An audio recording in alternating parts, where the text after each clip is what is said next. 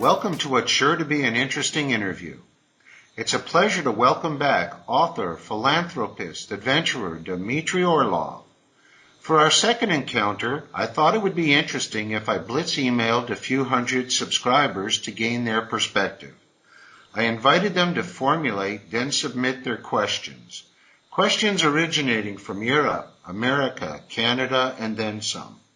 This is the first time I've attempted this on the DREscapes.com site and certainly on our recently released sister site, www.somethingfeelswrong.com. Without further delay, it's my pleasure to welcome back Dmitry Orlov.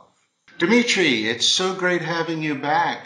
It's been a while, and how's things going on your side? Oh, pretty well. Busy, working a lot. Doing a lot of writing. Good to be back with you. Thanks. I thought it'd be really interesting for our second visit if I sent out a blitz email about a week ago. And I fielded some questions from some of my subscribers, which I think you're going to find quite interesting. And this way it'll give our viewers different viewpoints from different angles. Are you ready to start? Yes, I am. Okay, first question. Dmitry, our opening question deals with the recent Go Vote victory beginning the Brexit. Some have even maintained years from now this may be viewed upon as the initial snowball that caused the avalanche that led to the breakup of NATO. Personally, I feel this should be viewed more as a humanitarian vote. Please share your thoughts regarding the recent Go Vote on the Brexit. Well, I think that the vote itself is sort of an accident. Didn't know what he was doing and ended up with the wrong result. I think the only political beneficiary of it potentially is Jeremy Corbyn of the Labour, and they're now trying to get rid of him as hard as they can and having trouble doing that. But basically, the Tories screwed up. I think that the EU is going to fall apart because the model that it is pursuing is a neo-colonialist model where instead of third world empires owned by West European countries, now it's Eastern European countries that are owned by, and Southern European countries that are owned by Western European countries, and that's not turning out to be a good deal all around. Nobody's happy with it. Basically, those different regions need different development tracks, and add to that the impossibility of maintaining the euro because it's sort of shared responsibility, but it doesn't work out that way. So I think the EU is going to dwindle a bit. As far as NATO, I don't think that Brexit is a blow to NATO necessarily, but it's what I think will kind of destroy NATO is that Turkey is no longer really part of it. It's part in name only. But if you look at what's been happening, the big air base that the U.S. built in Turkey in Italy is no longer accessible to NATO. It can no longer serve as the base of operations, which it was intended for. So that's what's going to doom NATO, I think. In terms of the euro, which I agree wholeheartedly, it's a doomed currency. But over time, wouldn't you think the pound will be reverted into, and Britain might become looked at as the economic trading center of Europe? Well, Britain isn't really capable of generating that kind of dynamism at this point. It's a very kind of set in its ways place, and it is very internally conflicted because of the many immigrants accepted. It just has a lot of problems, and the fact that City is a major financial hub really has to do a lot with things like money laundering and the heroin trade and various other shady activities. It's not really productive activities that are making City, some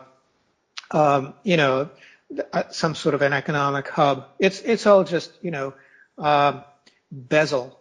It's all just, financial fun and games. Mm-hmm. None of it has anything real to do with the goods and services economy. Mm-hmm. Moving on, our second question comes from a subscriber out in Vegas. Regarding Trump's recent acceptance speech, please have Dmitry share his thoughts about it. Then, if time permits, I'd like to touch on the following couple of points about Trump's acceptance speech. Thanks for the opportunity to submit a question. Keep up the good post. Part A. An hour and 15-minute speech, and not a word was mentioned about the $19 trillion deficit or the corrupt bankers. Dmitry, how is it possible to miss two of the biggest issues the nation's currently facing? Oh, because basically Trump's whole point is that you can run a pyramid scheme until the moment comes when you run away. If you're at the top of the pyramid, you get first dibs on running away. That's his whole plan. It's always been his business plan. That's what he intends to do as a whole. Because he's not a fool. Anybody in his position would be trying to do the same thing. So why talk down the debt if that's all you are going to do about it? Why not talk it up? Mm-hmm, mm-hmm. This is an interesting point. I feel it might have been a subtle signal for higher powers that may have been watching, as if to say, look, Hillary is losing the public support and fast. There's just too much corruption out in the open. People are now looking for change, or he wouldn't have the percentage of supporters that he maintains. In essence, what I feel Trump was saying is, I can keep the masses under control. If you allow this to unfold, and if I'm elected president, for you, I'll be looking the other way. I won't be raising eyebrows. It will continue to be business as usual. Dmitry, please share any comments on this point. I think that the fact that so many people in the establishment are vehement anti-Trump would indicate that if his ploy is indeed to placate them, it's not working. On the other hand, he has spelled it out very plainly. I think his acceptance speech is just for public consumption. What was for specialist consumption was the foreign policy speech that he gave, which is the only I just read a written speech that was fairly cogent. And what he basically in that speech is that to decipher it a little bit, the idiotic jobs program that is U.S. military spending and war on terrorism and all of that is going to end, and all of the cons that have been running U.S. foreign policy since Bill Clinton's days are going to be put out on the curb. He spelled that out clearly. He pretty clearly spelled out that there's absolutely nothing to be gained from cultivating any sort of confrontation with Russia and China. So that was a gigantic gust of fresh air blowing through the foreign policy establishment. And they panicked. They are so afraid now that he's going to win, and then consequently they'll be unemployable. His final point, Trump pounded hard on the subject of the nation's safety and security. Of course, anytime the safety of a nation or its public is mentioned, what is actually being said is more police, more law, and a further reduction of personal freedoms. I know there are 4 primordial fears: the fear of darkness, the fear of predators, the fear of abandonment, and the fear of chaos. In his hour and 15-minute speech, Trump did capitalize strongly on 3 of these fears very effectively. He elaborated on fear of predators, abandonment, and chaos, and the delusional crowd just loved it. Dmitry, will the masses ever learn how to read between the lines? Obviously not. The whole narrative of safety translates into money to protect the establishment and the VIPs. Right, the United States is in a very precarious position because they've rotated millions of people through Afghanistan and other foreign adventures, and these people come home absolutely convinced, a lot of them, that basically they were sent on missions that had absolutely no reason to exist. And a lot of them come to the realization that the U.S. government is an illegitimate government. There are now hundreds of thousands of heavily armed people who have joined various types of insurgencies in a number of different states. Most recently, a lot of them have decided to declare war on police and have started shooting cops. Usually when that sort of insurgency starts up, it never stops. It just continues until it destroys the government. That has happened every time such an insurgency took place. They don't just stop at shooting cops. Eventually, they start shooting judges and prosecutors and military officers and politicians. And so this is really the focus. This will be the focus of whatever this war on terror is going to morph into, because clearly, terrorism is not a problem. Domestic insurgency is, and the lack of legitimacy of the federal government, those are the problems. Absolutely, absolutely. Moving on, this next question is actually coming from me.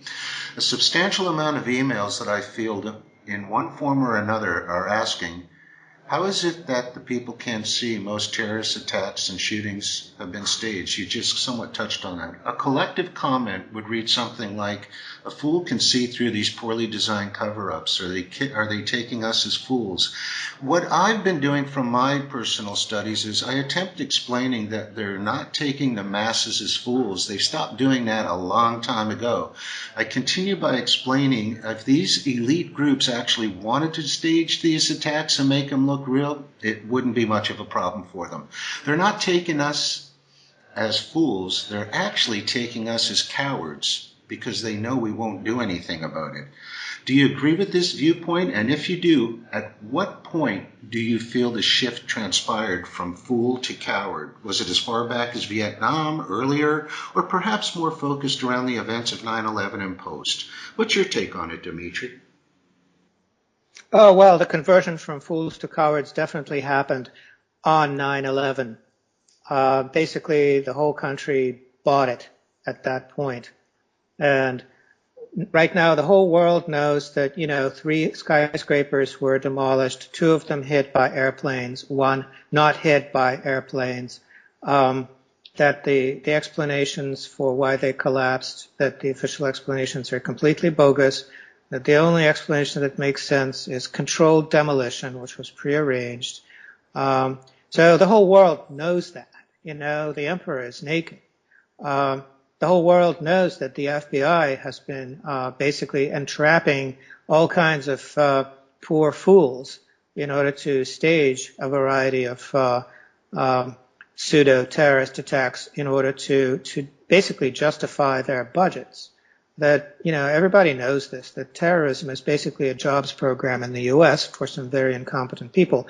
And that also explains why the staged terror attacks are so badly staged, with all of these little telltale bits of the narrative that gets recycled, like the perpetrators leave their ID behind for some reason.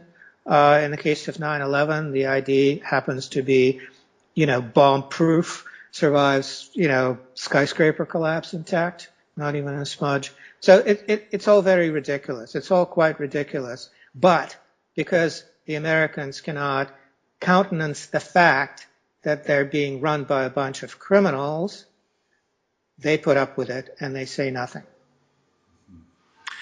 Dmitry, our next subscriber asks, taking into account the close bases in Afghanistan and Iraq, there are still somewhere in the neighborhood of 750 U.S. military bases located in 63 countries.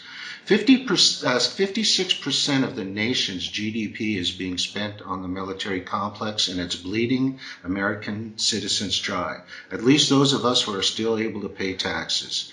Yes, the prostitutes have successfully poised Russia as the aggressor. Now NATO is assembling their forces on or near Russian borders. NATO bases armed with ballistic missiles that can easily be converted into nuclear.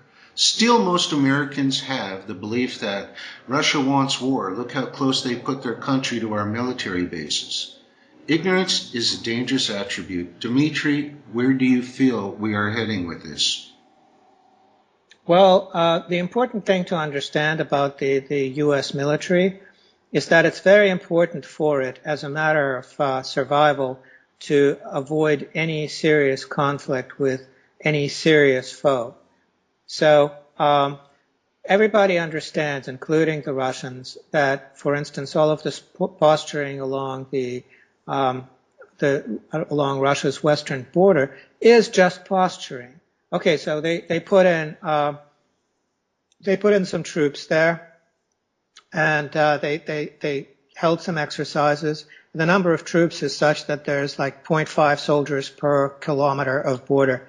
So that's not an invasion force, that's a joke. Everybody knows that NATO can't fight. Look at the last several engagements they had. Well, they've succeeded in bombing Serbia. That's about it. That's the only success that they can claim. They've destroyed Libya. They're very good at destroying defenseless countries. But it's not like, this has been known since Vietnam. The U.S. military cannot fight, cannot win. It's just a public jobs program for the incompetent.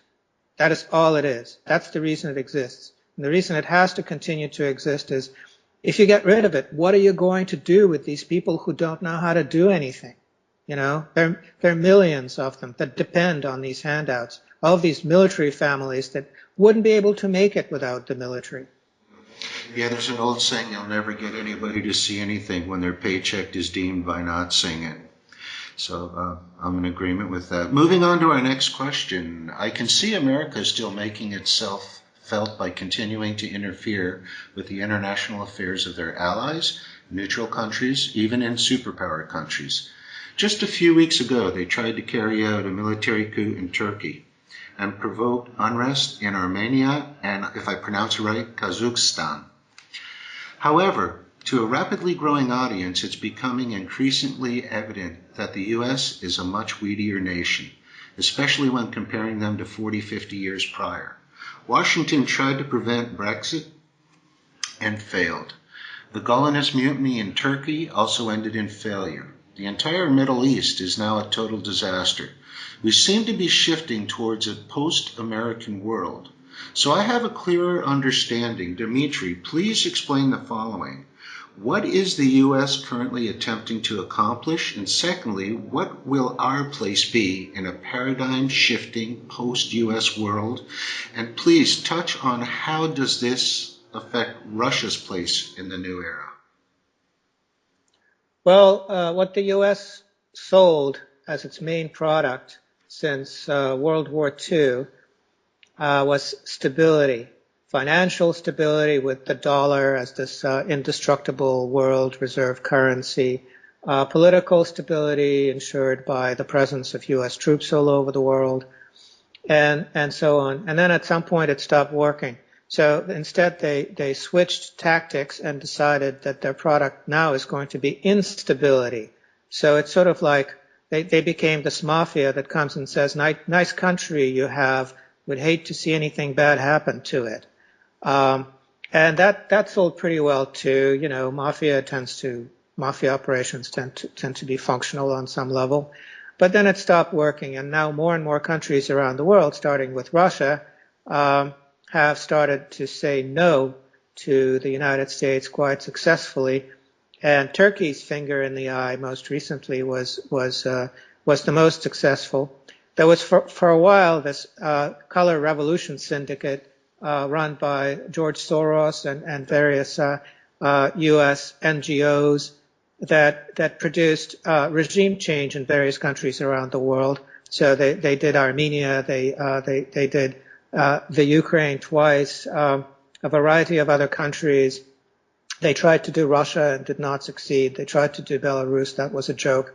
And they're still trying to do that, but since then, the political technology for neutralizing color revolutions has been very highly developed. I write about that in my latest book, Shrinking the Technosphere. There's a chapter devoted to that. So now they can't even do that. So what the Americans now have is a mental health problem, because they can't actually process the idea that they're no longer able to bully countries around the world.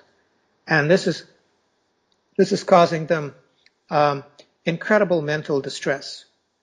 And you can see that in the establishment, for instance, where all of these State Department operatives signed a letter saying that we should bomb Syria to get rid of Bashar al-Assad.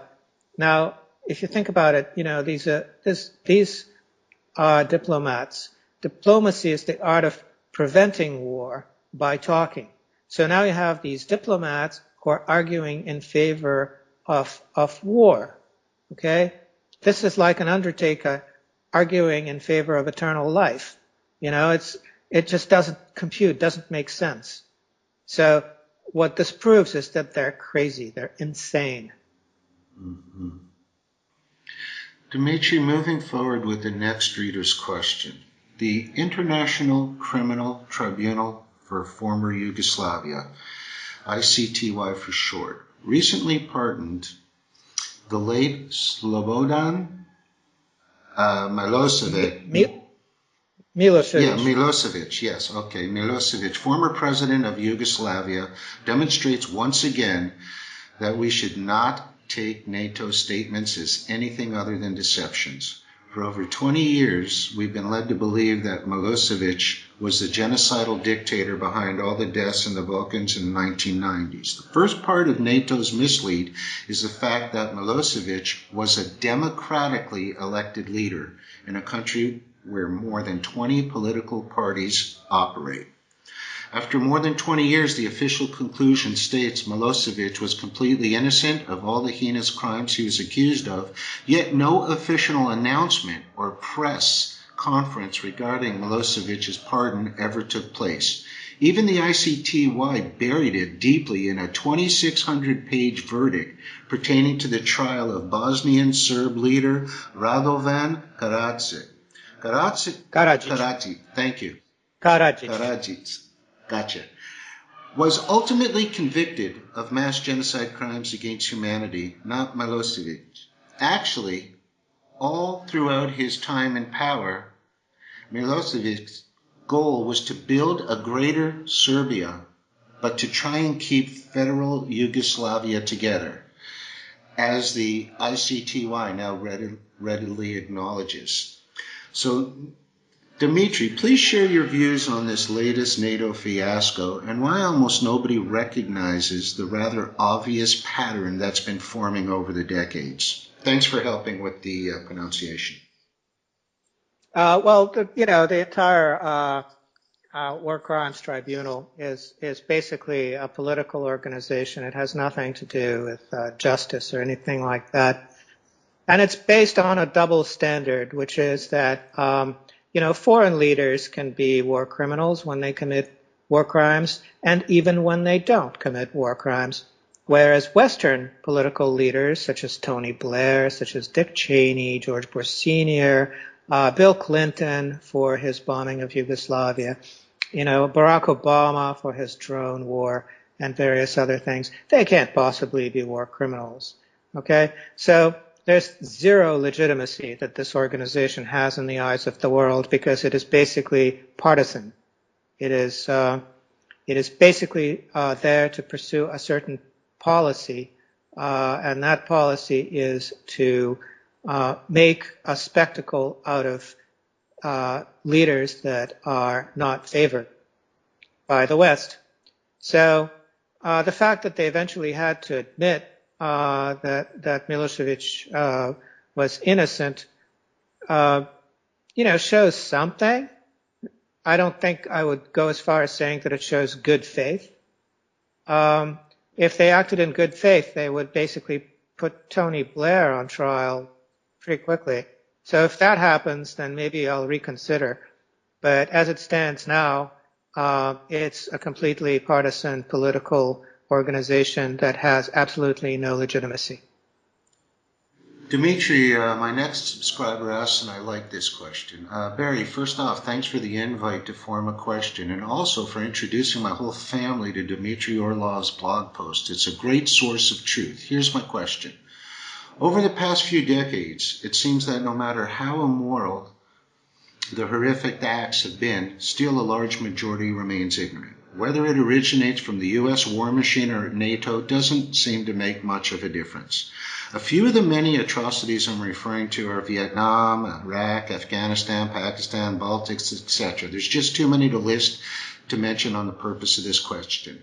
With the death toll now exceeding 1.3 million lives and still climbing, the vast majority would rather spend their time in front of the TV, further numbing their minds with sports, and if you want to call it, entertainment.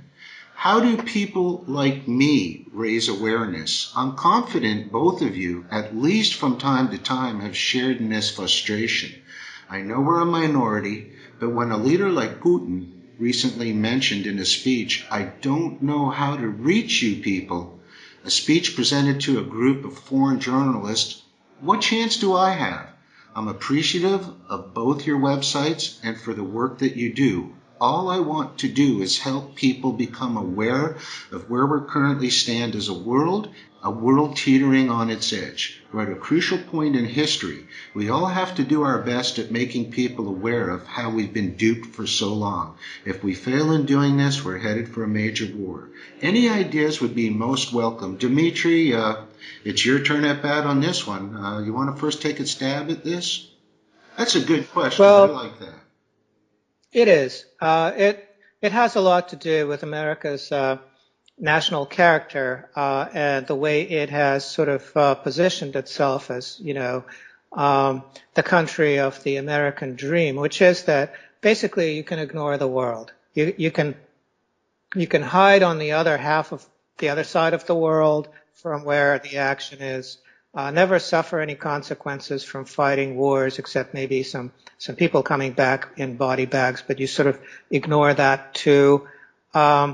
Ignore the veterans because their sight is displeasing because a lot of them come back damaged. Just basically ignore everything. Live in your little ticky-tacky house behind a white picket fence with a green lawn in front of it that you mow all the time, compulsively. And go shopping and do your stupid job, watch television, ignore the world.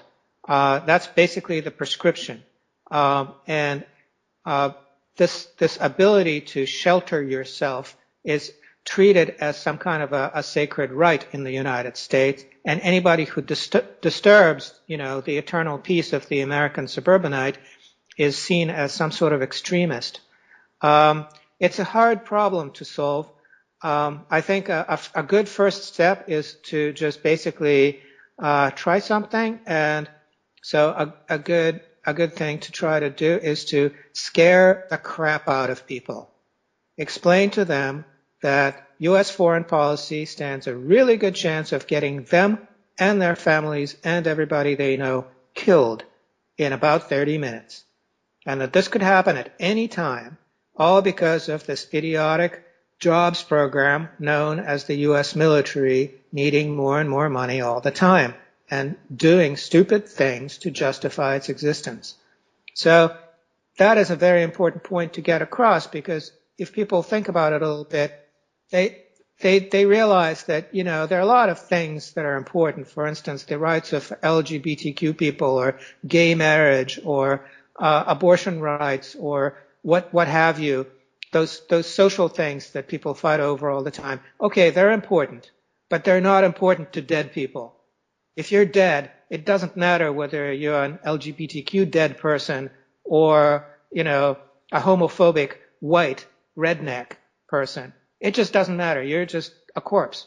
Okay? So that is a very important idea to get across, that some things are more important than others. And keeping alive is pretty important. Dmitry, though, for the viewers, I want you to touch on the point. At your level of popularity, before this happened, and even now, does it still occasionally get under your skin that you just can't reach people, or are you beyond that, Dmitry? I think I'm pretty well beyond that. For me, I do what I can. Doing the impossible is a ridiculous thing to try. Mm-hmm. Yeah, I myself briefly, I just found my biggest mistake was initially believing that people actually want to be informed. And I kind of work with the people that do, and kind of like a domino effect. But a lot of people just don't want to be informed. They want to keep their head in the sand. Well, yeah, there are a lot of different people. Everybody's different. There's kind of a constant to it, which is people don't like being informed about things they can do nothing about, and they also don't like being informed by people who know everything or seemingly know everything but don't do anything about it.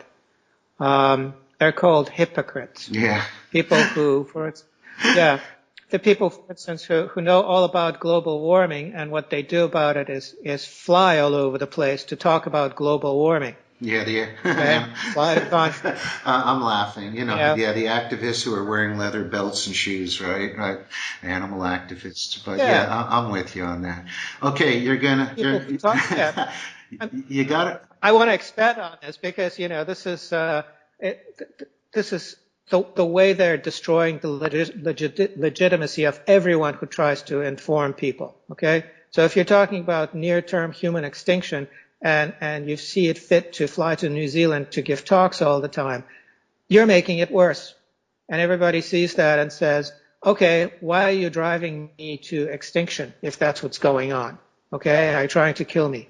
And if you're trying to kill me, why should I listen to you? Mm-hmm. So there's this automatic delegitimization that goes on among many of those who see their function as one of informing people. Thank you, Dmitry. This next question, I'm going to prep you right now. It's the English is not great, so just ignore it. It's a big rancher out in Wisconsin. I know who brought in this question, but his head and his heart are in the right place. I'll tell you, the guy's got 3 ranches with 25,000 head of cattle. He's no fool. Barry, thanks for the email. You're not the only one who's straight on your approach. Glad you're back on board direct with your in-your-face posts on something feels wrong. I, for one, missed it. All right, here's my question, and don't correct my English. The reappearance and the popularity of Vladimir Putin has been long overdue. Why can't this country follow suit and put forth a similar leader? Since Kennedy, this nation hasn't produced anyone other than elected jellyfish as our political representation. Jellyfish with a brain power similar to a barnacle at low tide located high on the piling. I respect this man's views. He's not butting into other countries' business. Let them solve it themselves, and when asked for assistance, it comes from a way of mutual agreement between opposing sides. Kind of like mixing part A and part B, forming a strong epoxy. He ain't cramming his vodka down other people's throats who prefer to drink whiskey. We can't be the world's police department, and never really was. I've watched some of his interviews, and I hang my head in shame of what my nation has become. I see nations leaving mine and heading east. Ask Dmitry if he sees Putin making an amend here. It's obvious to me who's starting this dance. He seems to be the only one making sense anymore. Anyway, thanks and keep up the effort. That's actually not a bad question at all. Yeah, it's a good question. Let me start at the beginning of the question. Why can't the United States have a leader like Putin? Well, Russia has what's called a presidential system. That's where people elect a president, not because he belongs to some party, not because some party put him up, but the parties are just completely secondary, but because it's an effective leader. And the leader's authority and power derive from his effectiveness and popularity. So he's directly answerable to the people. He's not answerable to the oligarchs. He's not answerable to the political establishment, although his job is to keep them in line. He is there to bring results for the people, the voters, directly in a single popular vote. The United States has this ridiculously gerrymandered system that basically makes sure that nobody's vote actually counts. And that's been going on for a long time. People have this idea in their heads that they're going to achieve something by voting. No, voting absolutely does not serve any purpose except legitimize the system in the eyes of the people. But the leaders it produces are basically all stooges. They're all hostages. So the president, no matter who the president is just a hostage in the White House. He and his family are basically held hostage by the Secret Service. And people like that, of course, can't achieve anything for the country at large. They're just going to serve whatever interests got them into power. Mm-hmm. Mm-hmm. So that's the first part of the answer. Right. And then as far as, how you engage with the rest of the world, well, here I think Putin is not a brilliant man. He's just a normal man. The way you engage with the world at large is by obeying international law and by involving yourself in detailed negotiations with friends and enemies alike. Keep all the conversations going in parallel. Russia talks to everybody, including its enemies, and basically try to be friends with everybody. So Russia has friendly relations with Saudi Arabia and Iran and Israel and Turkey and Syria all at the same time. And that is not an accident. That is done on purpose. And that's how you actually achieve positive things in the world, is by trying your hardest to be friends with absolutely everyone. So Russia is quite good at that. And, the American tactic of bullying everyone, that's not working anymore. But on the other hand, if they tried to, if they decided to try diplomacy, well, the U.S. doesn't have any diplomats. All the diplomats quit quite a while ago. They quit under George Bush Jr. over Iraq. So there's nobody competent left in the State Department. And so there's nobody to engage the world in a constructive way in the United States. So what the United States should really do is butt out. It's way on the other side of the world with Canada and Mexico for neighbors, and those aren't particularly threatening. So the U.S. can just withdraw to within its borders and nurse its wounds, which are mostly self-inflicted. While that question was a bit rough in its delivery on my ranching buddy subscriber who since became a friend, I want to expand on that. And please let me provide a few facts, and I'd like you to expand on it. Putin seems near bulletproof to the afflictions that trouble most political leaders. 4 years ago, the citizens were reciting Russia without Putin throughout Moscow. Literally thousands lined the streets protesting what many called a choreographed reappearance to the presidency. Many felt the vote tampering was obvious during the parliamentary elections. His approval rating fell to its lowest in over a decade. It fell to 63%. Care to comment how he could still maintain a 63% approval rating with the above statement?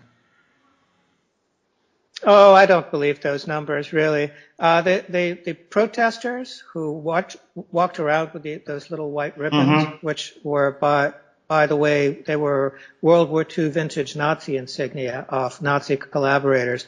That didn't really make it popular. But those people were basically this small cadre of people who survived by basically being paid on various types of Western government and NGO grants. Okay, they were basically paid political operatives, and most of the Russian population, the vast majority, was completely disgusted with them.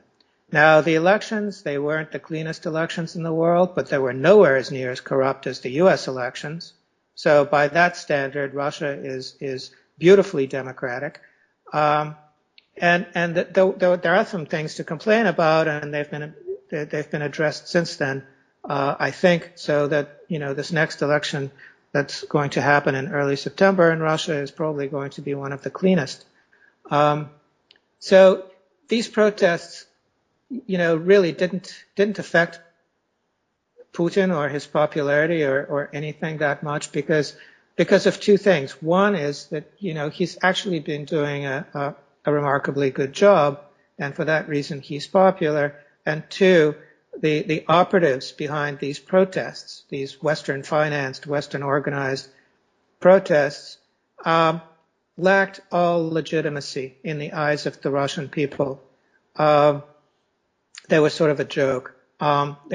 Some people call them the one percenters because they could never get any more than 1% of the popular vote in any election. None of them could get elected to public office. None. And so they're really, it's sort of like wishful thinking to think that these efforts could have toppled Putin or something like that. That's just a ridiculous thought.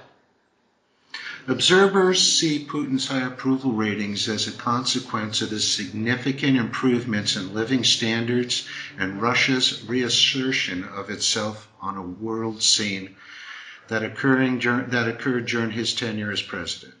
On a poll taken back in July of 2006, Russians overwhelmingly support the renationalization of Russia's oil and gas industries. Because of this, it was only natural for Russia and China merging together, forming strong trade agreements. Silk roads, oil, natural gas, food, and what's not often mentioned, but perhaps what might be most important of all, is potable water. According to www.circleofblue.org, and help me, Dmitry, if I mispronounce it, Lake Baikal, Baikal, thank you. The world's largest and deepest lake contains 20% of the global fresh water, and 80% of Russia's fresh water. Although the existing water infrastructure is largely outdated and much of it is polluted, still the access to safe drinking water currently runs at 100% in urban areas and a strong 88% in rural areas. Quoting Viktor Danilov, the director of Russia's Institute of Water Problems, says, "Water may replace oil and gas as Russia's main source of revenue in the next 30 to 40 years." Dmitry, state your views on where this strong bonding of two global powers is heading, and in the future, what it entails for Western nations as a result. Well, Russia and China are natural friends, and at least since the conclusion of World War II and the communist takeover of mainland China. What disrupted that friendship was Stalin's death and the appearance of Nikita Khrushchev, who was a remarkably incompetent person. And if we look back and decide who was it that actually did the most to doom the Soviet experiment, it was Nikita Khrushchev. He's the one who allowed the relationship with China to sour, and he's the one who provided Nixon with the opening to then fly to China and sign deals that cut out the Soviet Union. That was really the beginning of the end for it. So basically, the combination of Russia and China is completely invincible as far as the U.S. empire is concerned. And now that it's been restored, the U.S. is basically left, dreaming about world dominance, but actually unable to do anything about it. I think that the relationship between Russia and China is on every level. It's not just confined to this or that. Few people know this, but there are lots of Russians living in China, and there are a lot of Chinese living in Russia, studying and living. There are huge retirement communities full of Russians on the coast, Chinese coast, because it's a nice place to live that's relatively cheap. So this is a very positive development for both countries. I think water is going to be important. Energy is going to be important. Russia's natural gas has allowed China to cut down very dramatically on the use of coal, and that has helped the environment quite a great deal. So that's just one type of development. Another type of development is that Russia and China together are now more or less self-sufficient in terms of information infrastructure. The Chinese make the hardware, the Russians make some hardware too, and the Russians write a lot of the software. And together it's a winning combination. So lots of examples of that sort of thing going on. Thank you. Dmitry, I have just two more questions for you. This one comes from a subscriber out in Spain. NATO's military bases installed near Russia's borders, ballistic missiles with nuclear capabilities. It's obvious who the aggressor is. However, What options remain for Putin to be able to protect his people, yet not deliver what might be viewed upon as the first blow? He is purposely being backed into a corner. Any fool can see this. Well, he's not really being backed into a corner. It's because any move by NATO would be a suicidal move, and because he's maintaining that position. So NATO can do whatever it wants to justify its existence, short of actually doing anything against Russia. That's very clear. So what have the Russians done to make sure that any move against Russia is a suicidal move? Well, they have two things. First of all, the Russians talked about Star Wars and ballistic technology, but their stuff has never worked. The most recent systems that they're putting in, this Aegis Ashore system that's taken off a ship and stuck on land, brilliant move, in Romania, and next one is in Poland, it's a bit of a joke. On the other hand, the Russians have been rolling out these very impressive air defense systems that now can shoot things in near space as well. The S-500 is the next one that they're rolling out, and this basically will seal Russia's airspace against everything, be it bombers or missiles or what have you. The other type of development that Russia has done has to do with the ability to penetrate any air defense. So they have the Sarmat system, which is going to be produced and is being produced right now, which is a ballistic missile, intercontinental ballistic missile, but it's not ballistic. It flies. It's suborbital, and it doesn't just fly a predictable orbit, but it bobs and weaves, and it can take any arbitrary path around the planet to reach any destination anywhere on the planet. And it's fast enough, it's supersonic, so that it can't be intercepted. And then it has payloads that consist of other supersonic, hypersonic components that also can't be intercepted and can carry nuclear payloads. So that's just one example. Another one is that they've made these cruise missiles that are hypersonic, and the U.S. doesn't have anything comparable. They have a range of several thousand kilometers. They can be launched from relatively small ships or submarines anywhere in the world, and they can hit any point in the United States without the United States having the ability to intercept them or figure out that they exist before they hit. So with all of those things, if you attack Russia, you die. I mean, this is like the simplest way to explain it to Americans. If the United States attacks Russia, millions of Americans will be dead within 30 minutes.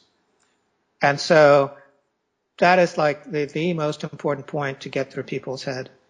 I just want to quickly, before I go to my final question, add on 2 points I want you to touch, if you don't mind. One, I feel from my limited studying, Russia's military is actually more of a defensive mode. They're not looking to attack, but they sure can if they need to. But it's basically on a defensive mode. And secondly, even though the U.S. spends countless numbers higher, they're really feeding the pockets of the owners of these weapons companies, because they're not really making state of the art. Like, I mean, the day of the aircraft carrier's history. I mean, that was impressive in World War II and what have you, but now it's small. Technology is small, not large. Do you agree with those? Oh, absolutely. Yeah, the thing to realize, first of all, is if you look at dollar amounts and convert rubles to dollars to figure it out, you end up with just a completely ridiculous picture.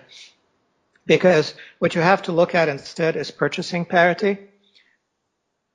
And it turns out that when the Russians spend a unit of money on defense, they get 10 times the value of Americans for a variety of reasons, too many to list here.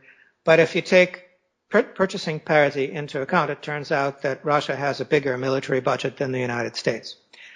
So that's one very impressive fact. And the other one is that a lot of what the U.S. spends money on is just all kinds of ridiculous stuff. Like you mentioned the aircraft carriers. Well, the Russians at one point thought that the U.S. aircraft carrier fleet might pose some kind of a problem. So they developed supersonic torpedo technology, supercavitating torpedoes that fly through water at above the speed of sound of things in the air. And there's no way to intercept them, and they can take out an aircraft carrier from great distance. The Iranians have bought some of them and even modernized some of them. So against countries like Russia and China and Iran, aircraft carriers are useless. You can see that because as soon as the Russian action started in Syria, what was the first thing that Americans did? They instantly withdrew their one remaining aircraft carrier from the Persian Gulf because they didn't want to lose it. It's like this big fragile thing, and if it gets sunk, then that's a big hole in their budget. That's all they care about. They don't care about winning because they know they're never going to fight. Dmitry, my final question, and it's coming from myself, both as an author and as a blogger. What was the turning point that inspired you to take on the bold task, the daily commitment of informing the public?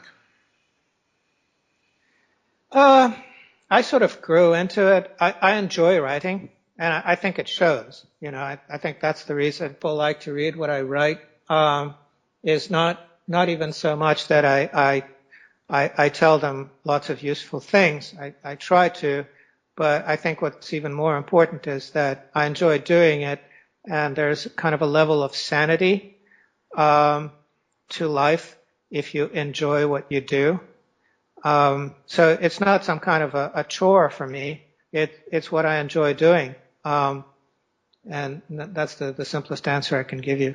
I appreciate that. Dmitry, as always, it's a pleasure when we get a chance to chat together. In closing, tell all of our viewers about your upcoming, soon-to-be-released new book, Shrinking the Technosphere, and the best way for them to stay in the loop with Club Orlov.